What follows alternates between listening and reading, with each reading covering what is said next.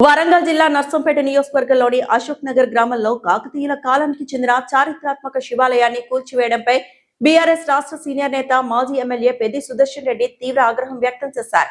12వ శతాబ్దంలో కాకతీయ చక్రవర్తి గణపతి దేవుడు కాలంలో నిర్మించిన ఈ శివాలయాన్ని స్కూల్ నిర్మాణం పేరుతో ధ్వంసం చేశారని ఆరోపించారు. పురావస్తు శాఖ పరిధిలో ఉన్న కట్టడాన్ని కూల్చివేయడం వెనుక సీఎం రేవంత్ రెడ్డి, ఎమ్మెల్యే దొంతి మాధవరెడ్డి హస్తం ఉందని విమర్శించారు. అర్ధరాత్రి సమయంలో శివాలయాన్ని ధ్వంసం చేసి గుప్త నిధుల కోసం తవ్వకాలు నిర్వహించారని ఆరోపించారు. ఈ ఘటనపై ఉన్నత స్థాయి విచారణ జరిపి బాధ్యులపై క్రిమినల్ కేసులు నమోదు చేయాలని డిమాండ్ చేశారు.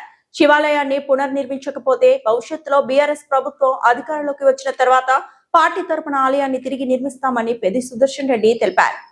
హైదరాబాద్నే కావచ్చు అనుకుంటే చివరికి దేవుళ్ళ మీద కూడా బుల్డోజర్లు పెట్టినటువంటి నీచమైన చరిత్ర రాష్ట్ర ముఖ్యమంత్రి రేవంత్ రెడ్డి గారిది, నర్సంపేట ఎమ్మెల్యే దొంతి మాధవరెడ్డి గారిది. దానికి వాళ్ళే సంపూర్ణమైనటువంటి బాధ్యత వహించాలి. విద్యాశాఖ పరిధిలోని స్కూల్ ఎడ్యుకేషన్ డిపార్ట్మెంట్ నిర్వహించినటువంటి టెండర్లలో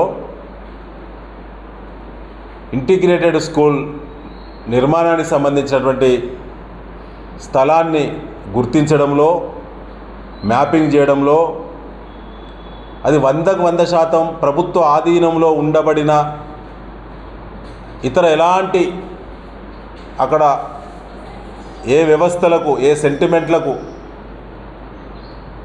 ఇబ్బంది కలగనటువంటి స్థలాన్ని మాత్రమే, నాన్ కాంట్రవర్స్ స్థలాన్ని మాత్రమే జిల్లా కలెక్టర్ గారు డిపార్ట్మెంట్కు హ్యాండ్ ఓవర్ చేయాలి. అది రూల్. గతంలో నేను శాసనసభ్యుడిగా ఉన్నప్పుడు అక్కడ సైనిక్ స్కూల్ ప్రతిపాదన వచ్చినప్పుడు సమగ్రమైనటువంటి సమీక్ష నేను చేసిన కలెక్టర్ గారు, ఆర్డీఓ గారు, తహసీల్దార్ గారు, అదేవిధంగా ఆర్కిటెక్ట్ డిపార్ట్మెంటు, దేవాదాయ శాఖ, అదేవిధంగా tribal welfare department, forest department ప్రత్యేకంగా ఇన్ని డిపార్ట్మెంట్లతో సమీక్ష చేసి ఆ ప్రాంతంలో ఆనాడు సైనిక్ స్కూల్ ఎస్టాబ్లిష్ చేయడానికి అనువైనటువంటి స్థలాలను, కొత్త బిల్డింగ్స్ నిర్మాణానికి సంబంధించినటువంటి అవకాశాలను సమగ్రంగా ఆనాడు చర్చించినాం. అప్పుడే స్పష్టమైంది, ఇవాళ శివాలయం ఉన్నటువంటి మట్టి కోట చుట్టూ రక్షణగా ఉండబడేటువంటి మధ్యలో నిర్మించబడినటువంటి శివాలయము 100% పురావస్తు శాఖ పరిధిలో ఉండేటువంటి ఆస్తి. అది కాకతీయ డైనస్టీలో నిర్మించబడినటువంటి ప్రతి నిర్మాణం కూడా పురావస్తు శాఖదే. ఆ ప్రాంతాన్ని టచ్ చేసే అధికారం రాష్ట్ర ప్రభుత్వానికి అసలుకే లేదని చెప్పి ఆనాడే తేలింది. ఒక కుట్రతో, ఒక స్వార్థ బుద్ధితో అక్కడ స్కూల్ కట్టాలనేటువంటి పేరు మీద బయటికి సమాజానికి మెసేజ్ ఇచ్చి ఆ స్థలాన్ని ఖచ్చితంగా తవ్వాలనేటువంటి దుర్బుద్ధితో, దురాశతో అక్కడ స్థలాన్ని స్కూల్ నిర్మాణం కోసం ఈ ప్రభుత్వంలో ఉన్న పెద్దలు ముందు తెలిసే దాన్ని అప్పచెప్పడం జరిగింది. దీనికి ఖచ్చితంగా స్థానిక ఎమ్మెల్యే మాధవరెడ్డి గారు, జిల్లా కలెక్టర్ గారు, స్థానిక ఆర్డీఓ గారు, స్థానిక తహసీల్దార్ గారు ఖచ్చితంగా దీనికి బాధ్యత వహించాలి.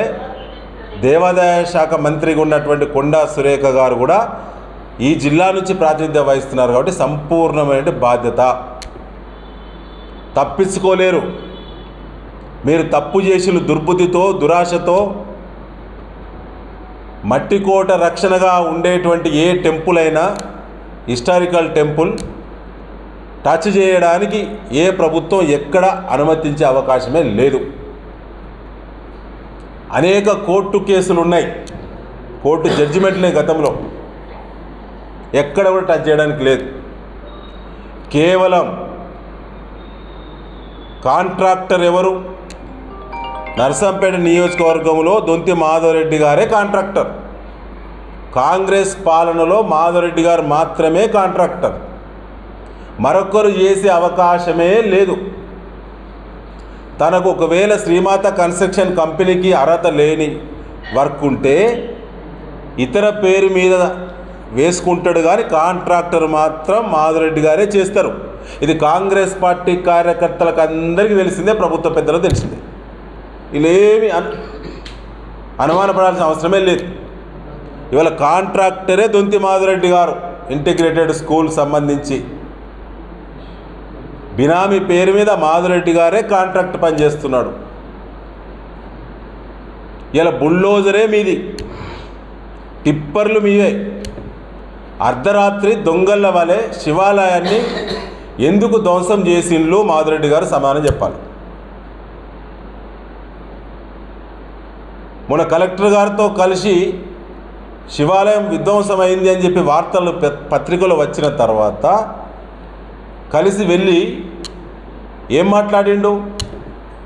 ఇక్కడ టెంపుల్ ఉన్నట్టు తెలియదు, స్కూలు నిర్మాణానికి అనువైన స్థలము, అన్ని బుషెస్ చెట్లు పెరిగి ఉన్నాయి,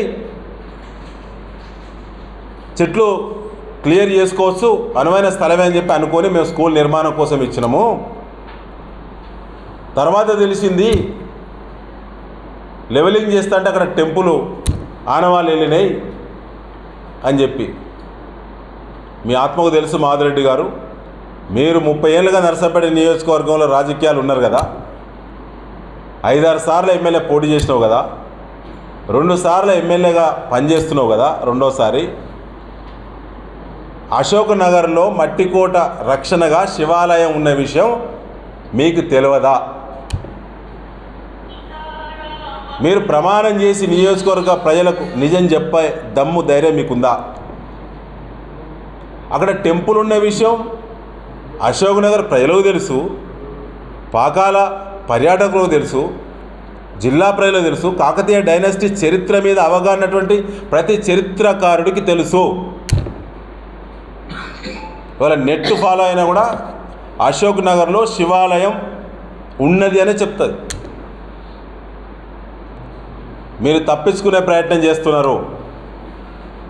అది ధ్వంసం, పైకి శివాలయం ధ్వంసం చేసిళ్ళు, ఆ పైకి మీరు మసిబూసి స్కూల్ నిర్మాణం కోసం అనేటువంటి కుట్ర చేసిళ్ళు. దాని లోపల ఉన్నటువంటిది గుప్త నిధుల తవ్వకం జరిగింది. అధికారికంగా అధికారాన్ని అడ్డం పెట్టి గుప్త నిధుల తవ్వకం జరిగింది. జరగకుంటే మీ స్పందనలో అనుమానం ఉన్నది, అధికారుల యొక్క చొరవలో అనుమానం ఉన్నది.